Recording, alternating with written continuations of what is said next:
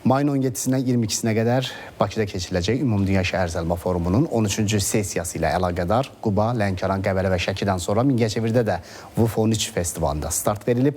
Maarifləndirmə məqsədi ilə keçirilən festivalda Mingəçevir Dövlət Universitetinin müəllim tələbə heyəti də iştirak edib.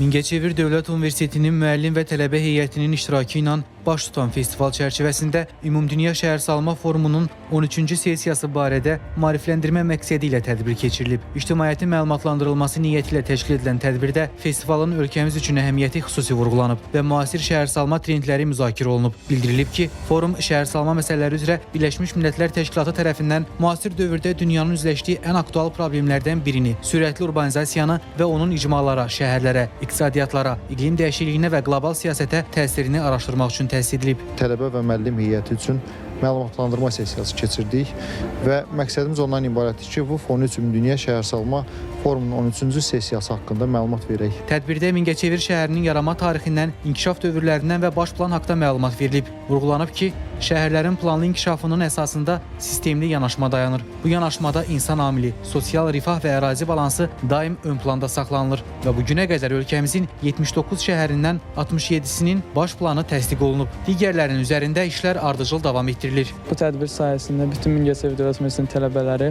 VUF-13 ilə bağlı bütün suallarına cavab aldılar və konsepsiyaların da irəli zamanlarda, yəni dövrlərdə nə ilə bağlı olmağını açıqladılar. Ölkəmiz gün-gündən getdikcə öyrətməyə, yəni yeniliyə açıq, innovasiyaya meyilli ölkə olduğundan tələbələrin bununla bərabər məlumatlı olması çox sevindirici bir hal. Diqqətimi çəkən o oldu ki, yeni olan layihələr həyata keçiriləcək. Buna tələbələr də cəlb eləmək istəyirlər, gəncləri də cəlb eləmək istəyirlər. Gənclərin də bundan maariflənməsinə şərait yaradırlar. Festivalın ikinci hissəsi axşam saatlarında Heydər Əliyev adına şəhər parkı yaxınlığında davam edib. Burada interaktiv fəaliyyətlər, maarifləndirici oyunlar, təqdimatlar və ictimai müzakirələr vasitəsilə dayanıqlı şəhər inkişafı, inklüziv şəhər mühiti, innovativ şəhər həlləri və gələcəyin şəhərləri kimi mövzular geniş auditoriyaya çatdırılıb. VUF-13-ün əsas mövzusu və ideyaları barədə ətraflı məlumat təqdim olunub. Mədnə Niknəcat, Sadət Ayaz qızı, Rüfət Bayramov, Sənan Bəhrəmli, ATV Xəbər, Mingəçevir.